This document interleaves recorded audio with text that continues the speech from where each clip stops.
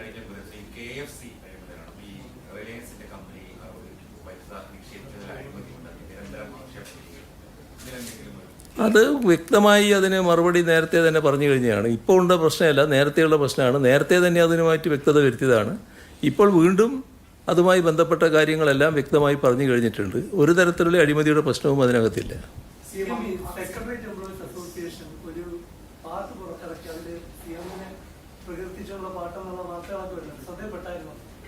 വാർത്ത വന്നതല്ലേ, വാർത്തയിൽ വന്നാൽ പിന്നെ നമ്മളെ ശ്രദ്ധയപ്പെടൂല്ലേ?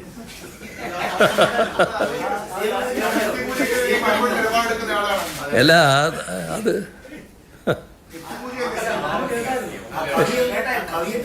ആരെന്നറിയില്ല, എനിക്കറിയില്ല ഏതാ.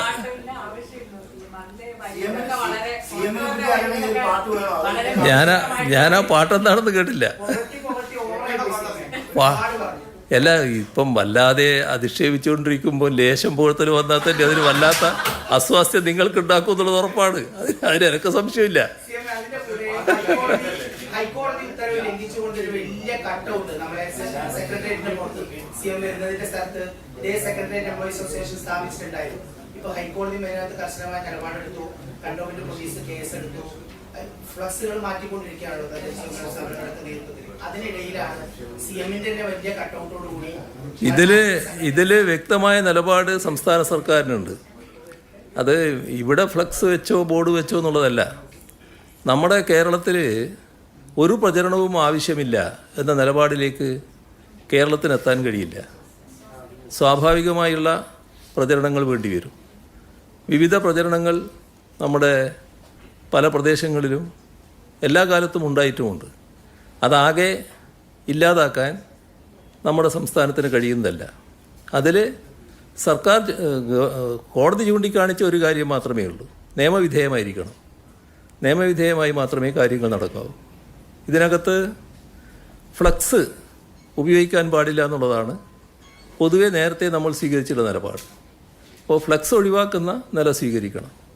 ഇപ്പോൾ രാഷ്ട്രീയ പാർട്ടികൾ, മറ്റ് സംഘടനകൾ ധാരാളം പ്രചരണ പരിപാടികൾ സംഘടിപ്പിക്കാറുണ്ട്.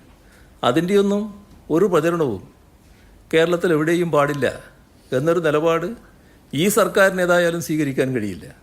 പക്ഷേ നിയമവിധേയമായിരിക്കണം. നിയമവിധേയമാകാൻ എന്താ മാർഗം? സാധാരണഗതിയിൽ ഇത്തരം കാര്യങ്ങൾക്ക് അനുമതി നൽകേണ്ടത് തദ്ദേശഭരണ സ്ഥാപനങ്ങളാണ്. ആ തദ്ദേശഭരണ സ്ഥാപന അതിർത്തിയിൽ ഈ കാര്യങ്ങൾ നടത്തുന്നതിന്. അപ്പോൾ തദ്ദേശഭരണ സ്ഥാപനങ്ങളുടെ മുന്നിലേക്ക് ബന്ധപ്പെട്ട സംഘടനയോ ഏതാണോ ഇത് ചെയ്യുന്നത് അവർ അപേക്ഷിക്കണം. അപേക്ഷിച്ച് അനുമതി വാങ്ങണം. അതിനവർ നിശ്ചിത ഫീസ് ഈടാക്കുന്നുണ്ടെങ്കിൽ ഈടാക്കട്ടെ.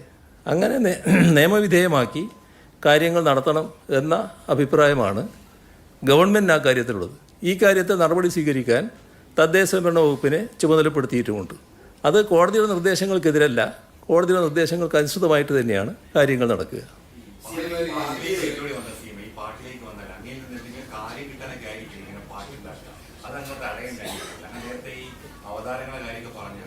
എന്നാൽ അങ്ങനെയാണെങ്കിൽ പാട്ടുണ്ടാക്കിയാൽ എൻ്റെ അടുത്ത് വരട്ടെ. ഇതുവരെ വന്നിട്ടില്ല. അതാണ് ഞാൻ പറഞ്ഞത്. ഇത് ഇങ്ങനെയൊരു കാര്യം വരുമ്പം തന്നെ ഈ സകലമാന കുറ്റങ്ങളും എൻ്റെ തലയിൽ ചാർത്താൻ ശ്രമിച്ചുകൊണ്ടിരിക്കുന്നൊരു കൂട്ടർ നമ്മുടെ നാട്ടിലുണ്ടല്ലോ. അങ്ങനെ ആളുകൾക്ക് വല്ലാത്ത വിഷമം സ്വാഭാവികമായിട്ടുണ്ടാവും. അതങ്ങനെയേ കാണേണ്ടതായിട്ടുള്ളൂ.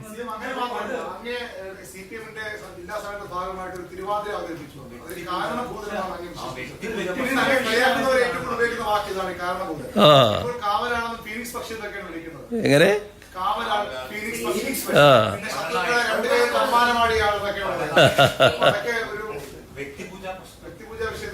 അല്ല, നിങ്ങൾ കാണേണ്ടത് ഇതാണ്.